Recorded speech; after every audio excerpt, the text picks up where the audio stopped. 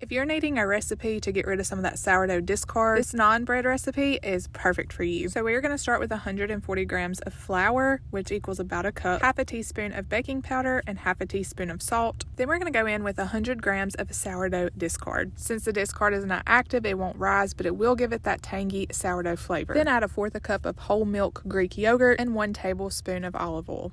Now we're going to start mixing as much as we can with a spatula.